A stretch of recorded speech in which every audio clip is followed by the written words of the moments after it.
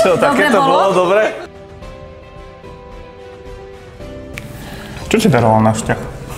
Daroval mi zážitky, daroval mi rodinu, daroval mi taký zmysel. Čo si ti ja? Teraz ma prekonaj. Mi dávaš taký pocit ukotvenia. Čo na mne najviac obdivuješ? Že si ľudský? Asi fešák. Ďakujem. Že ja nie som lenivý, len si veci potrebujem dlhšie premyslieť, ako ich spraviť. Čokoľvek nás čaká, nie som na to sama. Spomeň na to, keď nám na budúce zdechne patkaň pod terasou. Robíme sa bez slov, tak naozaj. Na začiatok, dobre? Toto je na tom problém dnešných vzťahov, že ľudia sa takto nerozprávajú doma.